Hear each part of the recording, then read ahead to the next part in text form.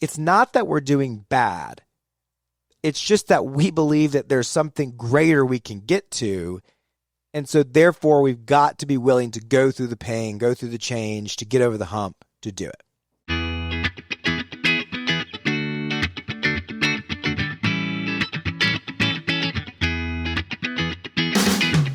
Welcome back to the Millennial Dentist Podcast, a podcast all about working smarter, not harder. Pushing dentists to go beyond dental school dentistry and build the practice of your dreams. Here is your host, the Millennial Dentist himself, Dr. Sully Sullivan. What is up, everybody? Welcome back to the Millennial Dentist Podcast. I hope you're having a great day. Just got back from Bootcamp. So our case acceptance bootcamp is it's how we wrap up our 6-month initial Mastermind Foundations program. It's one of the core things of 3D, right? If you've been around, if you listen to the podcast, you've surely heard about Mastermind. We have a new one kicking off next week. Probably too late to get in that one. January is the next one. We had a 6-month program. But anyways, the reason I'm saying this is, so we had a great weekend last week. We had 2 things going on. We had that wrapping up. So we had about 60 team members in the building, 15 doctors. Each brings 3 team members, typically 1 from each department: front office, hygiene, and assistants. And yeah, we troubleshoot things. We go through the foundational case acceptance process that we implement in offices. And it was really good. Some takeaways that I got from that I want to share today that I thought were enlightening. So that's what we're going to get into, some key components that whether you've listened for the first time or you've been listening for a couple years, that I think will resonate with you, because these things kind of carry on. And then the second group, which we had, which was really good too, which also some insights that I'll share, was our cash flow and overhead management workshop. So once you get through our Mastermind Foundations program, once you're in advanced, we have all these different, basically, weekend workshops where we go through different things. This one was cash flow, overhead management. We look at P&L, kind of the buckets of where your expenses are going. Really helpful when you start to kind of dive into, hey, I'm trying to optimize and run my business appropriately. So it was a super fun weekend, all at the retreat. So like 80-something people on site. So it was fun. I was tired, but it was a great time. Okay, so I want to jump into this. So this saying kept resonating with me, and it's going to be something now that I like. It's going to become one of my core things, I think, because I just kept seeing things and hearing things. And what that was great idea, wrong time. Great idea, wrong time. And if you think about it, like, this is why it applies, I think, so much across the board in what we do, is that how often do I hear a great idea, but it's just the wrong timing? You know, that can be personal life, professional life, dental, you know. And I think part of leadership is recognizing when is a great idea the right time, because that's really truly when you get things off the ground, and when is a great idea the wrong time. And, you know, I see this even more, like, again, across the board. It could be a CE course, right? Hey, I'm thinking about implementing this, learning to do this, X, Y, or Z. Let's take dental implants, something that we're super passionate about and we educate. It could be a great idea to learn dental implants, but it's not a great idea if you still have flawed systems within your natural buying process. You know, and routinely what I see over and over and over is they'll add to their skill set. CE becomes a good one. And it's a lot of great ideas to grow your skill set. The problem is sometimes it's the wrong time to do this. The other area where we see this a lot is just, you know, Facebook, Instagram, shoot, this podcast is a great idea of, my goal is to hopefully share each week, you know, things that to me are things I'm struggling with or dealing with in my practice, things I'm seeing others struggle with in their practices, and try to give ideas and concepts or feedback to hopefully, you know, that you can take and improve your business, life, pursuit of happiness, whatever. But that's the challenge, is how do I wade through that? My hope is what are a lot of great ideas, but that for most people most of the time are the wrong time. And that this is your first time listening to an episode, or your first couple times listening to an episode, I want you to hear that the majority of the ideas that I talk about could be and are probably the wrong time. That's kind of why it ties into a little bit of like, that's why we at 3D Dentists are so, we make such a big deal about coming through that foundational program, because if you just were to hear us, or if you were to come to cash flow overhead management this weekend, for example, you may be like, yeah, that sounds great. I want to do that, but I don't necessarily want to go through this. Well, all that information kind of compounds on a strategy and a philosophy. You know, I see this in personal finance all the time. You know, there's a lot of ways to be successful and accumulate money, grow money, invest your money. You know, the one way that you are not successful in doing it is that you don't get started, that you don't have a plan, that you don't stick with a plan. And, you know, you look at people that are successful, and what's interesting, what you find is that there are different ways to do it. Dentistry is no different.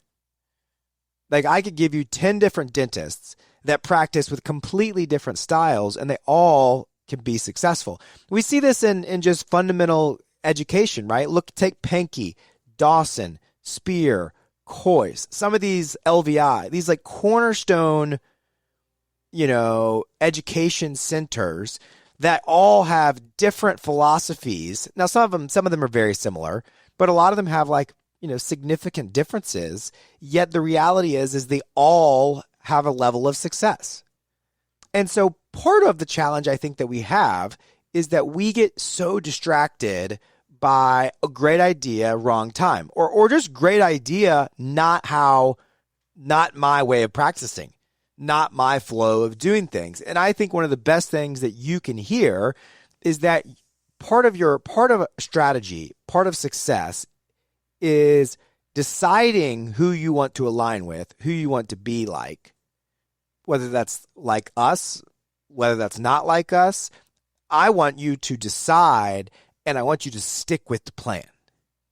Stick with the plan, because what will hurt you, and when I see this so much within our Mastermind program, because people, they get distracted.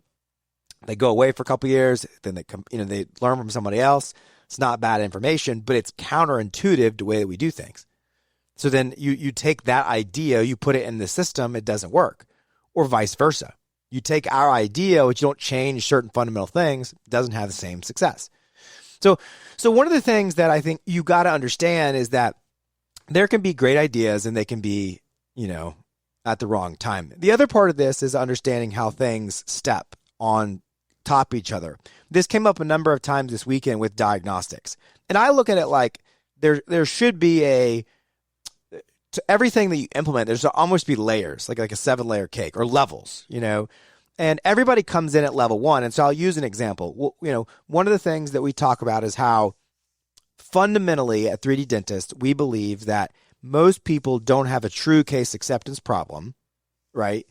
We believe that they have an awareness and communication problem, meaning there are patients coming through their office that we're not talking about some of the dentistry they could benefit from, or communicating it in a way that they would like to do it. So we never even ask them to buy from us. We never even ask them to say yes. You can't have a case acceptance problem if you don't ask. And so what we see is the more that we work with doctors on increasing that awareness and that communication, in essence, their case acceptance goes down because they're asking more people to do more things. That's why so many of our core concepts allow us to be successful, but in the wrong setting wouldn't be successful. It would take one doctor, one chair. You can't practice traditional, 90s, 2000s drill, fill, and bill overlapping crowns out of one column and hit the same number as you would doing two. You've got to change the way you do things. So in this kind of diagnostics, I don't want to go down that path. Fundamentally, the number one thing that we talk about is photos. We believe that taking extra oral photos on every patient at some point in your journey, where you can get to that point where every patient gets photos and they get to see their teeth, that naturally patients will help decide you to help move along to doing and saying more yeses to dentistry. Now, we also believe, great idea, that if we take digital impressions on every patient, that we do ortho simulations on every patient, that if we do weather mapping on every patient, that if I screen every patient for these type of things, that we will get more yeses. And it's kind of silly because if I were to say, do you think if you took more smile photos of patients, like portrait photos like this, would you do more cosmetic dentistry? The answer is probably a resounding yes. Yet we then won't be consistent about doing that. And I think the part of that is because it kind of ties into last episode. We get distracted by another great idea at the wrong timing. And so this idea hasn't even gotten off the ground. And so if you think about all the things that you're currently trying to implement in the practice, what bandwidth are those things stealing from the things you're currently trying to implement or that you've implemented but haven't gotten fully off the ground? This will ring very home to the people in the program.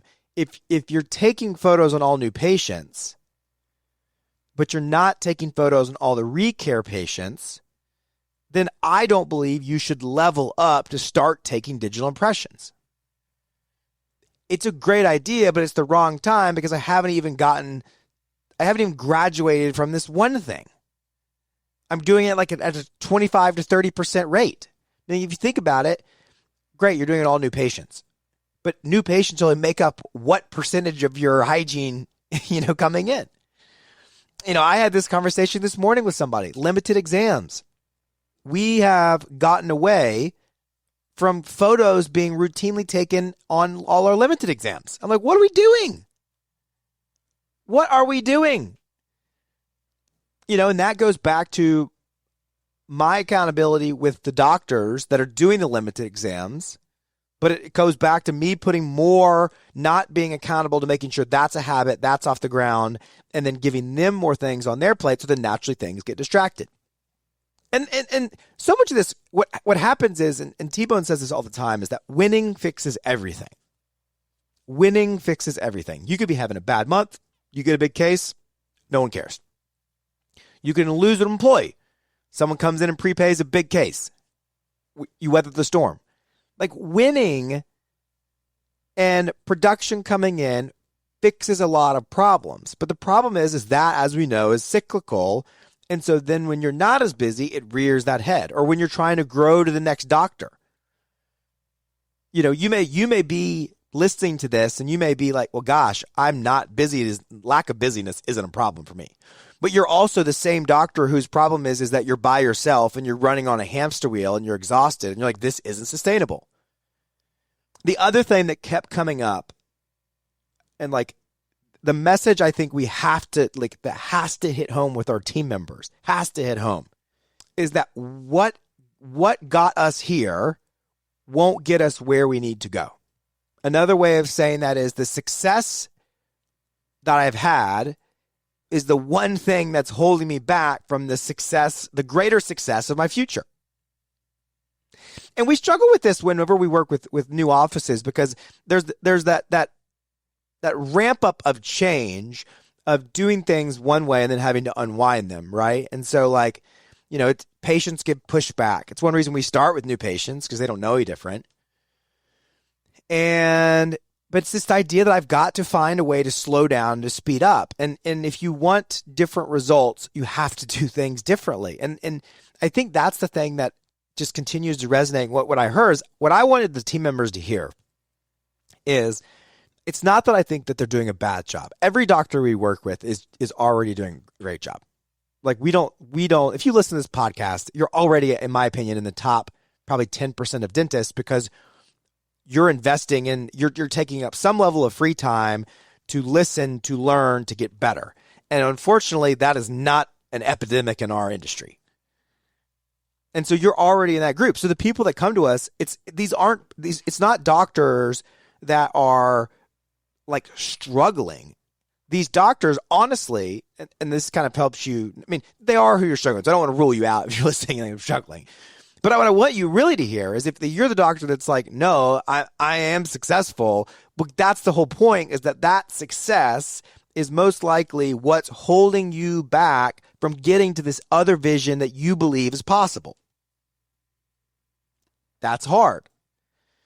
And so my message last week to some of those team members is people want to get defensive. And it's fair, right? You know, you're a team member and we start talking about, hey, we need to change up the way we do financial arrangements and that we want to have these signed agreements and we're going to collect down payments.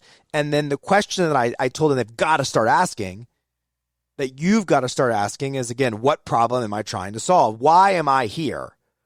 Why would my doctor want me to come to this? Maybe it's that we don't establish what the why is well enough on the front end when we implement things, but trying to explain to people that, hey, you've got people on the schedule. You're busy, you're producing, the practice is functioning, we're doing what we need to do. But there is a problem. The dentistry we're doing is single tooth. It's exhausting. Y'all run through lunch, don't you? You run late. Patients don't pay. Like, there is AR. Patients are getting dentistry done and leaving and not paying their bills. Like, there are problems that we need to solve. And so although what we've done has built a successful career, it's given us what we want, or we're on the track to doing that, that mentality will be the one thing that keeps us from taking that next big jump. And that's a message I think you've got to relay to your team is, it's not that we're doing bad. It's just that we believe that there's something greater we can get to. And so therefore we've got to be willing to go through the pain, go through the change to get over the hump to do it. And then when you make that decision, being able to get relatively laser focus, right? Last episode, I think really truly is what allows people to implement things and get off the ground. And then kind of piggybacking into today of, well, Sully talked about digital impressioning. So, and that if I take digital impressions and I do ortho simulations on all my patients, then I'll probably do more clear aligners. And I'm wanting to do more clear aligners. So we're going to now implement that. Great idea. But then I ask you, well, how many photos do you take on patients? Are we doing that? Or is every patient getting a cone beam? If we're not doing the basic diagnostics, we can't graduate to these diagnostics. They end up just becoming a distraction. It's really, really important. So I want you to take a look at, like, my take-home message for you is, I want you to take a look at what your strategy is to grow. And am I doing a good job of not allowing distractions to keep me from the intentionality and the way that I want to grow? And then I want you to take a look at what you're trying to get off the ground right now. And I want you to consider slowing down some of the implementation of certain things so that the other things can go all in, so that you can get them truly off the ground. You know, it'd be no different than I'm placing implants.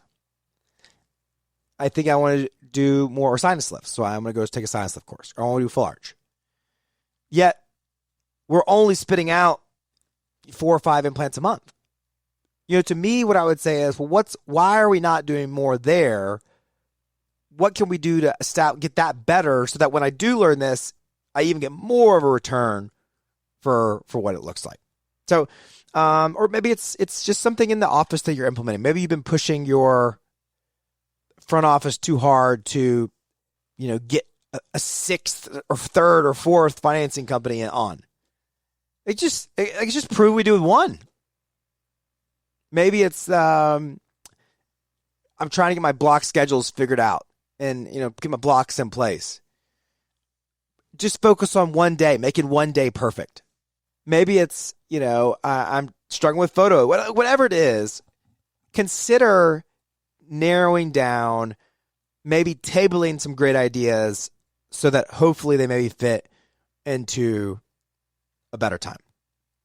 I hope you enjoyed this episode. If you're not on the app, get on the app. Big thing, obviously, we're talking about Growth Club. Growth Club is in the app. What is Growth Club? It's a study club / buying group. Lots of good pricing, discounts, lots of education. This morning, for instance, I posted a fully edited surgery that I did live, mic'd up on 2 implant bridges and a single implant. Ran into some issues, how we troubleshoot them. Like if you're looking to really up your education in a way that is cost effective, then this is for you. So check it out. Otherwise, hope you have a great day. Work smarter, not harder. We'll see you next time. Thank you for listening to The Millennial Dentist. Visit us online at millennialdentist.com.